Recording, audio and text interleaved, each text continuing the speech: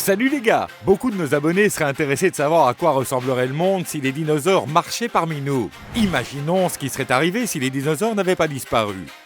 Beaucoup ont entendu dire que les dinosaures ont été détruits par une météorite géante de 15 km de large, qui s'est écrasée sur Terre il y a environ 66 millions d'années. Elle a eu un impact avec une force équivalente à 10 milliards de bombes larguées sur Hiroshima. La boule de feu radioactive a tout carbonisé sur des centaines de kilomètres dans toutes les directions et a provoqué un tsunami qui a recouvert le globe entier. L'atmosphère elle-même a commencé à brûler et aucun animal terrestre de plus de 25 kg n'a survécu. Plus de 75% de toutes les espèces ont été exterminées.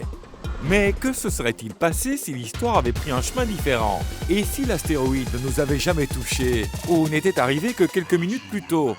Un tel scénario est imaginé par des scientifiques dans les documentaires de la BBC, The Day the Dinosaurs Died, ou Le jour où les dinosaures sont morts. Ces scientifiques pensent que si l'astéroïde était arrivé un peu plus tôt ou un peu plus tard et n'avait pas atterri dans les eaux boueuses de la péninsule de Yucatan, il se serait posé dans les profondeurs de l'océan Pacifique ou Atlantique.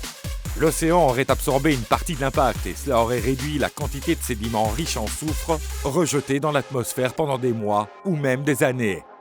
Certains scientifiques suggèrent que même sans l'astéroïde, le royaume des dinosaures serait tout de même tombé, en particulier à cause du climat se refroidissant. Les scientifiques pensent que les mammifères auraient tout de même remplacé les dinosaures, principalement parce que les dinosaures étaient plus lents que les mammifères et que cela aurait déclenché le changement des espèces.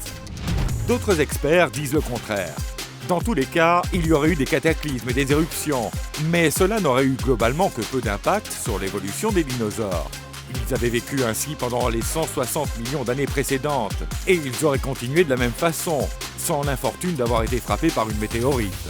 Les dinosaures auraient alors peuplé la Terre, l'air et la mer, s'adaptant à toutes les conditions sur la planète. Pendant l'ère glaciaire, ils se seraient fait pousser de la fourrure et des plumes. Sous la chaleur, certains auraient commencé à se faire des terriers, tout comme les mammifères d'aujourd'hui. Des espèces comme le Spinosaurus et l'Ankylosaure blindé auraient peuplé les rivières et les océans. Qu'arriverait-il à tous les mammifères du monde si les dinosaures parcouraient les terres, si les ptérodactyles volaient dans les airs et si les ichthyosaures et les mosasaures nageaient dans les océans?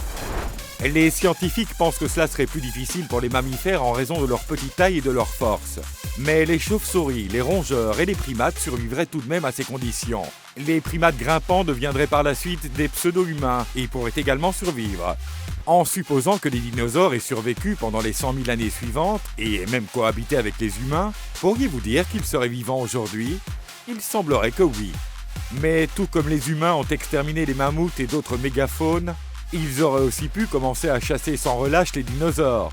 Il serait possible qu'aujourd'hui, quelques grandes espèces d'herbivores, comme le sauropoda et les carnivores comme le T-Rex, puissent exister dans des réserves désertiques spéciales et des parcs nationaux qui seraient des endroits appropriés pour eux pour vivre. Il est possible que les plus petits dinosaures non aviaires se seraient adaptés au milieu urbain et se seraient répandus dans les villes, aux côtés des pigeons, des rats et des mouettes.